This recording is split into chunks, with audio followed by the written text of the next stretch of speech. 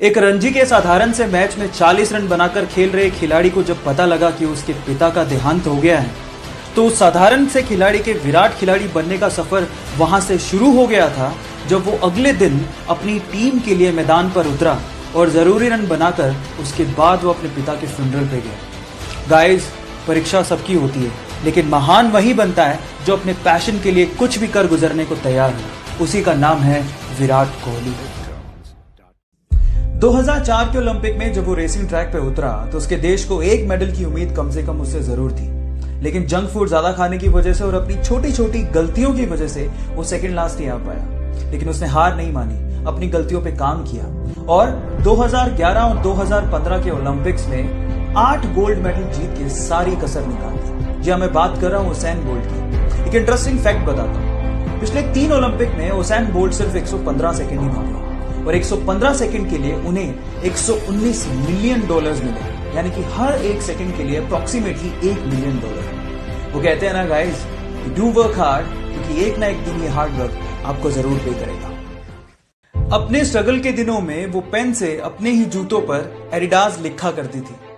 2018 में उसी लड़की को एडिडास ने अपना ब्रांड एम्बेसडर बना लिया और आज एडिडास के शूज पर उसी लड़की के नाम के टैग लगे हुए हैं।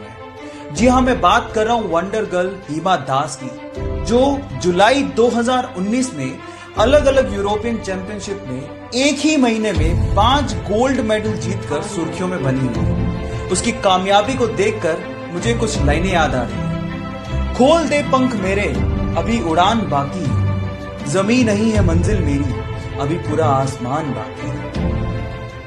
डॉक्टर्स ने उसे 15 साल की उम्र में उसकी हार्ट प्रॉब्लम्स को देखते हुए कहा कि या तो वो फुटबॉल खेलना छोड़ दे या फिर वो डिफिकल्ट हार्ट सर्जरी करवाए जिसमें उसकी जान जाने का खतरा हो सकता है। फुटबॉल खेलने का जुनून इतना सवार था कि उसने वो हार्ट सर्जरी करवाई। अपने इसी फुटबॉल के जुनून के चलते ये माली का बेटा आज विश्व का सबसे महंगा फुटबॉल खिलाड़ी बना है। Yes, I am talking about Cristiano Ronaldo, जो सिर्फ फुटबॉल खेलकर 700 करोड़ रुपया सालाना कमाता है। क्या आप में है ऐसा जुनून? और अगर है तो जीत आपकी पक्की है। माइकल फेलिप्स ने 2008 में पब्लिकली अनाउंस कर दिया कि वो अगले ओलंपिक में 8 गोल्ड मेडल जीत के लाएगा। फिर क्या था, मीडिया ने, लोगों ने उनका मजाक उड़ाना शुरू कर दिया। लेकिन माइकल फेलिप्स ने इन्हीं लोगों की इन बातों को अपना मोटिवेशन बनाया और दिन में 12-12 घंटे स्विमिंग की प्रैक्टिस करने लगे। अचानक से एक एक्सीडेंट में उन्होंने अपना हाथ फ्रैक्चर कर लिया। डॉक्टर ने साफ मना कर दिया कि अगले ओलंपिक में आप पार्टिसिपेट नहीं कर सकते। लेकिन इसके पागलपन के आगे मुसीबतें कुछ नहीं थी। उसने पैरों से स्विमिंग करनी शुरू कर दी और फाइनली फिर क्या था, अगले ओलंपिक में एक वर्ल्ड रिकॉर्ड के साथ टोटल 8 गोल्ड मेडल उसने जीते। इसी को कहते हैं, अगर आप जिद करते हो तो जीत आपकी पक्की है। सपने तो शायद हम भी बहुत बड़े देखते हैं, लेकिन मुसीबतों और बहानों के आगे हमारे सपने घुटने टेक देते हैं। लेकिन एक वो लड़की थी जिसके सपनों के आगे मुसीबतों और बहानों ने घुटने टेक दिए। एक गरीब परिवार में पैदा हुई, बचपन उसका खेतों में काम करके निकला।